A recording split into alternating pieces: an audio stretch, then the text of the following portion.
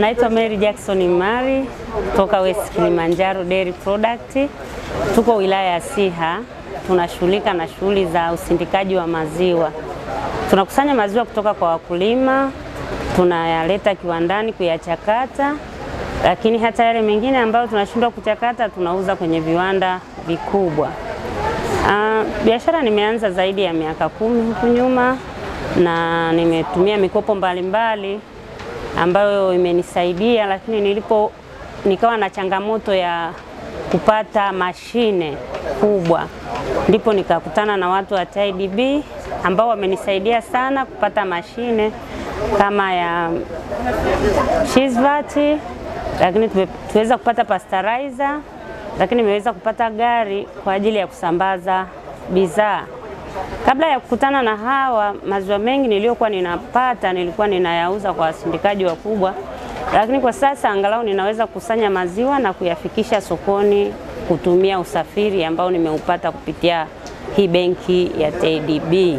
Kabla sijapata mkopo nilikuwa nasindika maziwa kwa ajili ya cheese peke yake kwa sababu ya kukosa usafiri ule wa kubeba bidhaa na kuzipeleka sokoni. Kwa hiyo utakuta maziwa ambayo nilikuwa nasindika ni chini ya lita 1000, lakini kwa sasa nasindika mpaka lita 2000 na ninazipeleka sokoni kwa urahisi kwa sababu tayari nina gari ambalo linaniwezesha kufika sokoni. Kabla sijapata mkopo huu nilikuwa siwezi kusindika maziwa mengi kwa sababu nilikuwa nachemsha kienyeji, lakini baada ya kupata mkopo huu nimepata hiyo mashine ambayo inanisaidia kuchemsha lita 500 kwa mara moja.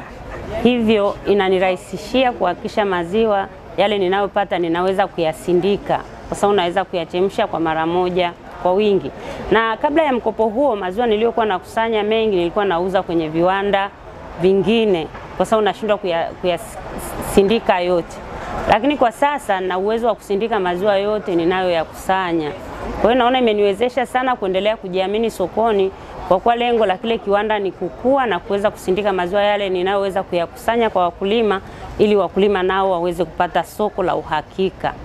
Kwa hiyo niseme kabisa kwamba TIDB imenisaidia kunipa mkopo ambao unalipika kwa asilimia ambazo ni rafiki kwangu mimi kuweza kulipa kwa mwezi. Pato langu kwa sasa linapanda, maana yake nilipokuwa nakusanya na kuuza nilikuwa nauza kwa bei ambayo iko chini, lakini sasa nikiwa nimeyachakata angalau naweza kuyapandisha thamani. Kwa hiyo angalau pato linapanda, lakini tunategemea pia hata yale maziwa ambayo tunayanunua kwa wakulima yaweze kuongezeka thamani na wenyewe waweze kuyafaidi pale tunapoyanunua moja kwa moja na kuyasindika. Kupitia huu mkopo unaiona thamani ya biashara yako kwa miaka 5 ijayo itakuwa biashara aina gani? Kupitia huu mkopo nategemea kwa miaka 5 ijayo, kwa sababu kiwanda chetu ni kidogo na mazingira ambayo kipo, lengo letu ni kuweza kutengeneza kiwanda kikubwa.